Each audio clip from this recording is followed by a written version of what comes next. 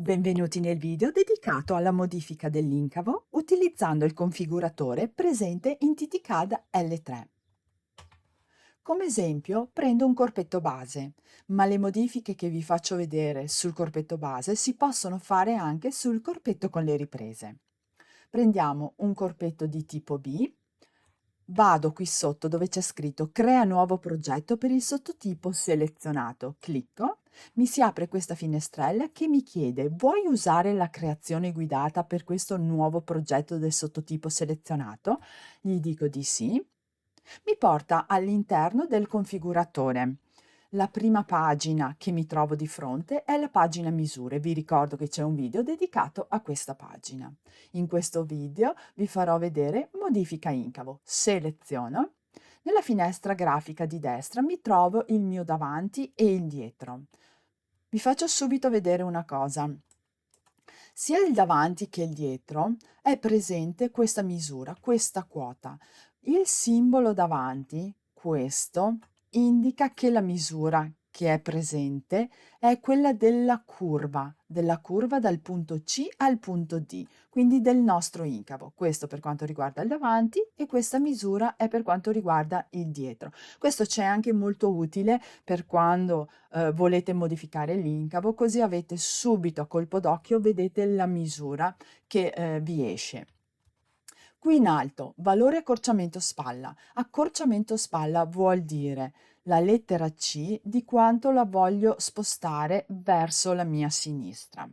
Inseriamo una misura, esempio 3 centimetri. Faccio applica. Ecco qua la spalla modificata in contemporanea, sia quella del davanti e del dietro, e viene visualizzata anche la quota, la misura dello spostamento e le frecce mi indicano da dove a dove è la misura. In questo caso, che è una linea retta, la quota è in rosso.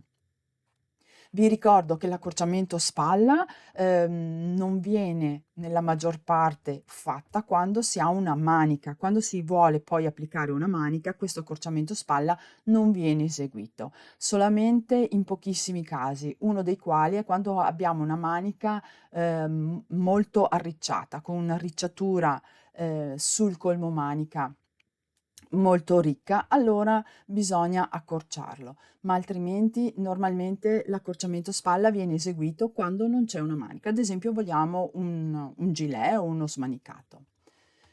Secondo valore che posso inserire è l'abbassamento incavo, che è il punto di quanto lo voglio abbassare verso il basso. Inseriamo ad esempio 4 centimetri, faccio applica.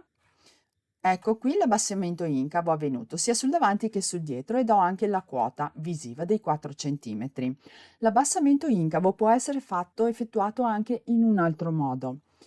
Di default è abilitata questa spunta, abbassamento incavo lungo la linea del fianco, mantenendo aderenza. Vuol dire che mi ha abbassato il punto D seguendo esattamente la linea del fianco, però io se volessi mantenere invece questa misura di larghezza, questo, potrei far scendere la lettera D in verticale, quindi mantengo questa misura di circonferenza, praticamente sarebbe la circonferenza del seno. Per fare questo basta che disabilito la spunta, faccio applica, si riesce a vedere che l'incavo in questo caso è stato proprio abbassato perfettamente in verticale ed risulterà in questo punto più largo rispetto a quello visto prima. Ho anche la possibilità di andare a modificare le curve. Qui c'è parte davanti, personalizza forma davanti. Se io clicco, mi porta all'interno di questa pagina che mi fa vedere il davanti aperto, intero, sia destra, la parte destra che la parte sinistra. E semplicemente con questi bottoni io posso andare a cambiare l'aspetto della curva, modificando l'angolo e il peso. Qui in alto ho modifica curva su punto superiore incavo. Superiore incavo è questo. Qui invece ho modifica curva su punto inferiore. Il punto inferiore è questo. Ed ho tre possibilità. Per quanto riguarda l'angolo, ho il valore quello che trovo anche qui e vedo dalle frecce il 90 gradi intende dalla spalla fino all'incavo. Se io clicco sul più, si vede il cambiamento, l'angolo che è aumentato, meno, è cambiato completamente. Cos'è il peso? Il peso non è altro che una possibilità di andare a modificare la curva che mi si presenta dopo che ho stabilito un angolo. Aumentando il valore del peso mi aumenta la curvatura. Facciamo subito l'esempio, gli do il più. Vedete, questa linea tratteggiata rappresenta il peso, è aumentata e vedo la curva che è attratta da questa linea tratteggiata. Meno peso do.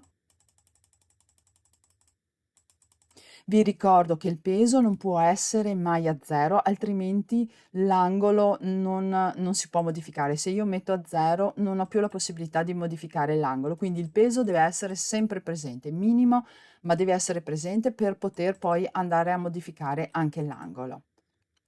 La lunghezza rettilinea non sono altro che dei centimetri che io voglio mettere in partenza in linea retta. Quindi, vedete? Che si appoggia proprio in linea retta.